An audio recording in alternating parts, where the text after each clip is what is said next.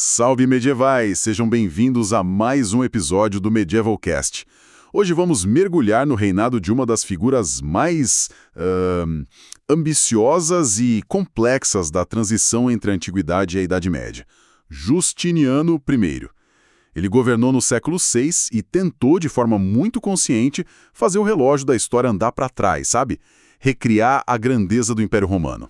E essa é a grande questão que define o governo dele, né? Ele queria reconquistar territórios, unificar a fé, reorganizar todo o direito e construir uma capital, Constantinopla, que fosse a continuação direta de Roma. Mas o mundo ao redor dele, bem, já não era mais o mesmo. Exato. Então a nossa análise hoje, baseada num mergulho na historiografia sobre o período, vai explorar exatamente essa tensão. Justiniano foi o último dos grandes imperadores romanos, naquela chave mais clássica, ou ele já era um governante plenamente bizantino, com uma forma de poder totalmente nova? Vamos tentar desvendar esse legado que é ao mesmo tempo monumental e, curiosamente, extremamente frágil. Para entender essa ambição toda do Justiniano, a gente precisa olhar para as origens dele. Ele não veio, da tradicional aristocracia senatorial. Não mesmo.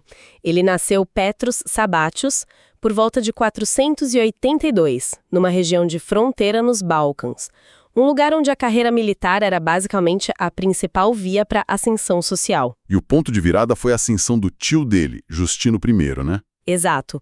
Um soldado que chegou ao trono em 518 contra quase todas as probabilidades. Justino adota o sobrinho, o promove e o prepara como herdeiro. Essa trajetória já explica muita coisa. Com certeza. Explica duas marcas do futuro imperador.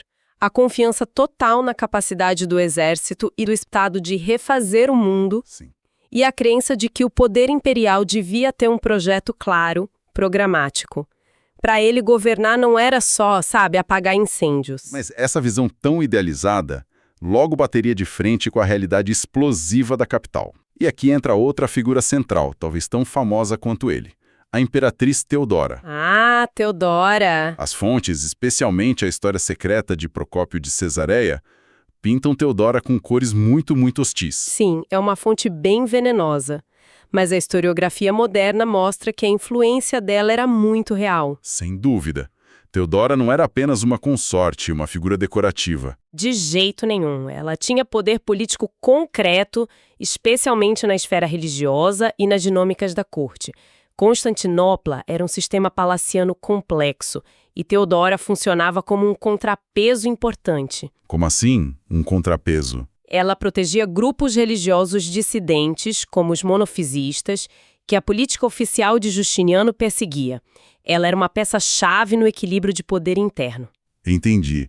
E esse equilíbrio foi testado ao extremo em 532, com a revolta de Nica. Nossa, e como foi? Começou tudo no hipódromo, com facções e torcidas, mas logo virou uma revolta urbana massiva contra impostos, contra o governo. A cidade foi incendiada, o trono de Justiniano balançou de verdade. E é aí que, dizem as fontes, Teodora tem seu grande momento. Exatamente. Quando Justiniano pensava em fugir, ela teria dito que preferia morrer com a púrpura imperial a viver no exílio. Uma frase que mudou a história. Sim. O desfecho foi uma repressão brutal, mas a lição ficou. Justiniano entendeu que para controlar um império tão centralizado, era preciso primeiro controlar sua capital. A legitimidade do regime não vinha só de vitórias militares distantes. Não. Vinha da capacidade de governar a vitrine do mundo romano. A partir daí, o programa de construções dele ganha uma nova função. Não só glorificar o império, mas projetar a imagem de que o seu poder era inevitável. E permanente. E o maior símbolo disso tudo é a reconstrução da Águia Sofia, a Santa Sofia. Consagrada em 537, não era apenas uma igreja, era um manifesto em forma de arquitetura. Perfeito. A Ágia Sofia articulava a teologia e poder de uma forma nunca vista. Era um espaço que usava luz e escala para confirmar a universalidade do Império Cristão. A propaganda, como aqui o Procópio descreve na obra Edifícios, revela bem essa intenção, né? Totalmente. A intenção era fazer de Constantinopla o centro visível de uma nova ordem mundial.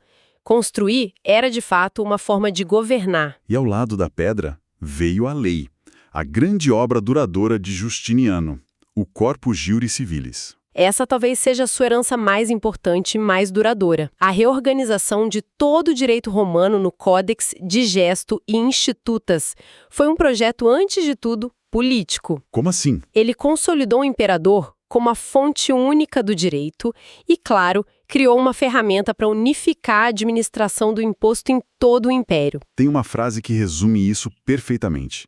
Se Roma é também uma linguagem, Justiniano garantiu que essa linguagem sobrevivesse em textos. É uma ótima síntese. E essa obra influenciaria o direito europeu por séculos e séculos. Certo.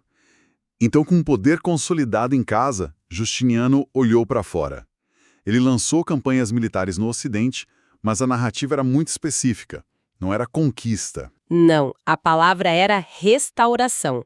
A restauração das províncias romanas que tinham sido usurpadas pelos reinos germânicos. E essa retórica era fundamental, imagino. Essencial. Justificava os impostos e os sacrifícios em nome da continuidade romana. Mas a prática foi bem mais complexa. A primeira grande campanha foi contra os vândalos no norte da África, entre 533 e 534. E essa foi um sucesso, né? Liderada pelo general Belisário. Foi uma vitória militar rápida e brilhante, um triunfo de prestígio enorme. Mas o que veio depois... O padrão que se repetiria.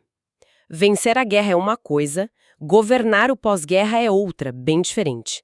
A África exigiu presença militar constante, reorganização administrativa, tornou-se um custo permanente para o Império. Depois da África, veio a Itália. E essa foi uma história bem diferente. A Itália. A Guerra Gótica, de 535 a 554, foi o conflito que drenou o reinado. 20 anos de guerra. Sim. Recuperar a Itália tinha um valor simbólico imenso, claro, mas o preço foi a devastação da península. Cidades como Roma sofreram cercos, fome. Exato. No fim, o Império venceu, mas a Itália que foi restaurada estava empobrecida e fragilizada. É a grande ironia, então. A guerra para reconquistar a Itália destruiu a capacidade da própria Itália de sustentar o domínio imperial. Exatamente essa tragédia. Foi uma vitória de pirro no fim das contas. E enquanto toda essa energia era gasta no Ocidente, o Oriente não parava, né?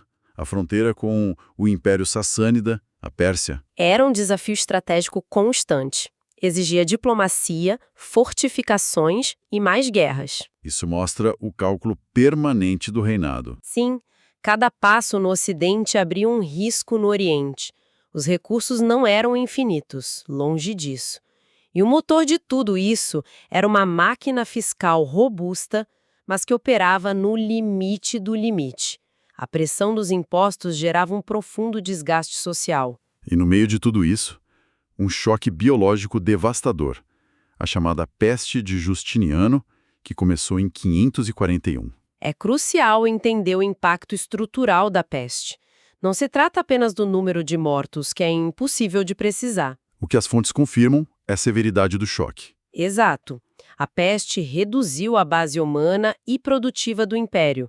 Menos gente significava menos agricultores, menos soldados e, claro, menos contribuintes. Então, o império que já estava no limite financeiro e militar? Sim, perdeu drasticamente sua margem de manobra. Foi um golpe terrível. Justiniano morre em 565, deixando um império que, no mapa, era territorialmente maior. Parecia mais romano do que em séculos. Mas o preço era visível por toda parte. Por toda parte. O império estava exausto. As guerras longas, a pressão fiscal, as tensões religiosas nunca resolvidas e, claro, os efeitos da peste. Deixaram uma máquina administrativa pesada e muito, muito frágil. A grande pergunta para os sucessores dele não era mais o que conquistar, mas sim... O que é possível sustentar? A agenda mudou completamente. Então, voltando à nossa pergunta inicial, foi ele o último romano ou o primeiro bizantino? Ele foi os dois. Se romano significa a crença na universalidade da lei e na continuidade institucional, Justiniano foi um ápice tardio disso. Mas se romano significa domínio incontestado e estabilidade. Aí o reinado dele foi uma tentativa grandiosa num mundo que já não permitia isso.